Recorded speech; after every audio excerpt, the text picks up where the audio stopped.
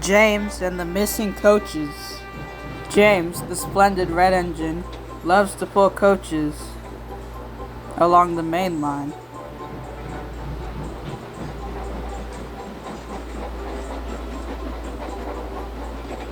He has two coaches, but he mostly likes the red branch line coaches.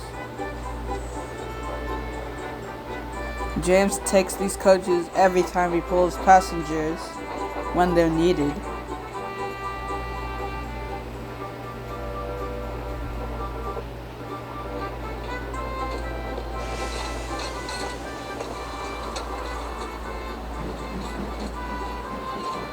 But one day, James came in to the shed yards, tired after pulling a long passenger train. He puffed into the engine workshops.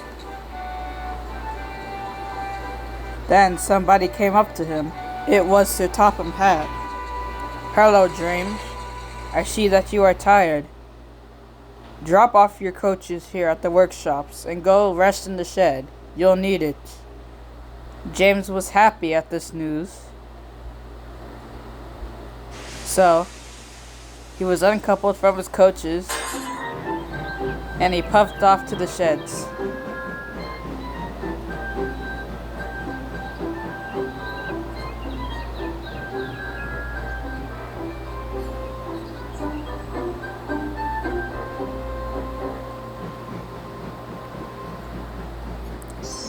James puffed into the shed, but Henry and Gordon had heard the whole thing and were teasing him. "Can you not handle coaches anymore?" said Gordon. But James was too tired to answer, so he drifted off to sleep, ready for the next day. The next day, James was feeling happy. He wouldn't stop boasting about taking passengers again, and the engines were getting annoyed. And James left to get his coaches from the workshop that he left yesterday. But when James puffed to the workshop, he saw that his coaches were gone. "My coaches are gone," James cried. He was very surprised. Without thinking, James rushed to Tidmouth Station.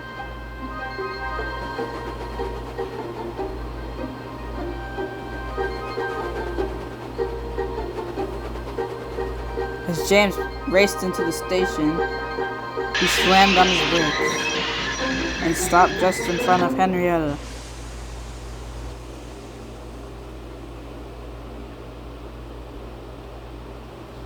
"What's wrong, James?" said Thomas.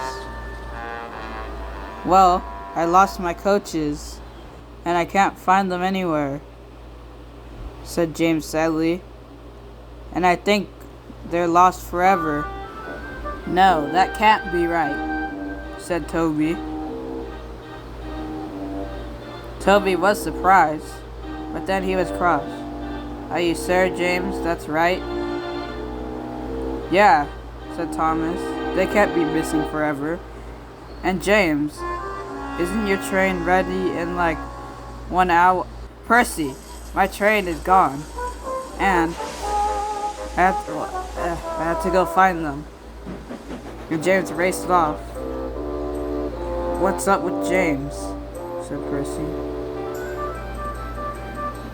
James thundered down the line, looking for his coaches everywhere. He looked for them yard to yard. He looked for them right and left, up and down, but still he didn't see them. Then he asked his driver, "Do you think they could be missing forever?" But his driver didn't answer.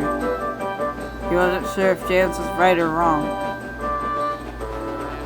And James raced down the line, but he didn't notice that his coal was running low. Meanwhile, James had stopped.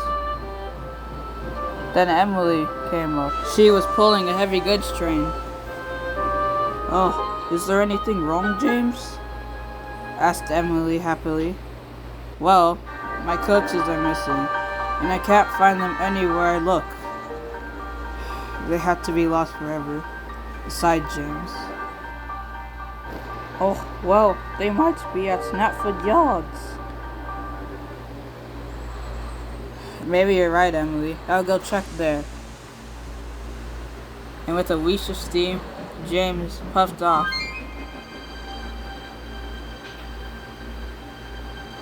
He was hoping they were at Snapford Yards, but his coal was getting lower and lower.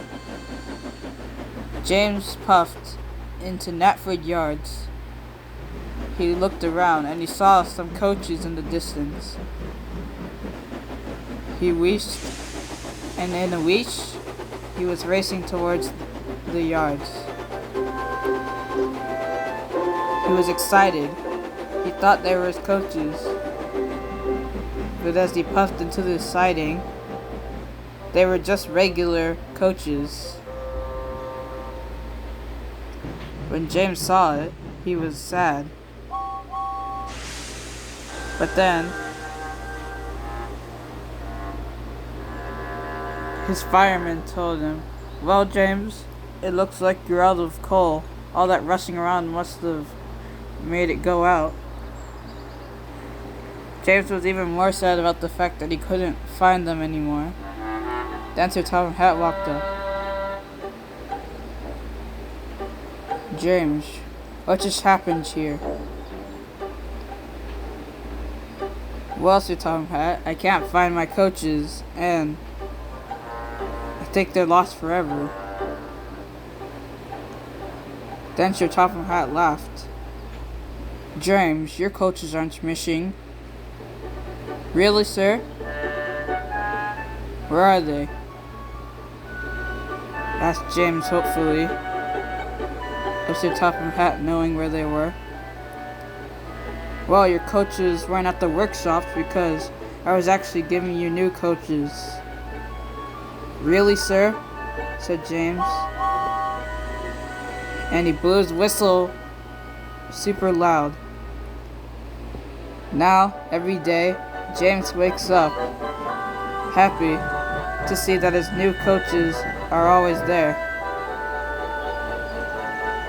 And he loves them just as much as he liked his old coaches. They weren't red, but he was still happy with them. And now James knows not to look for things that aren't missing.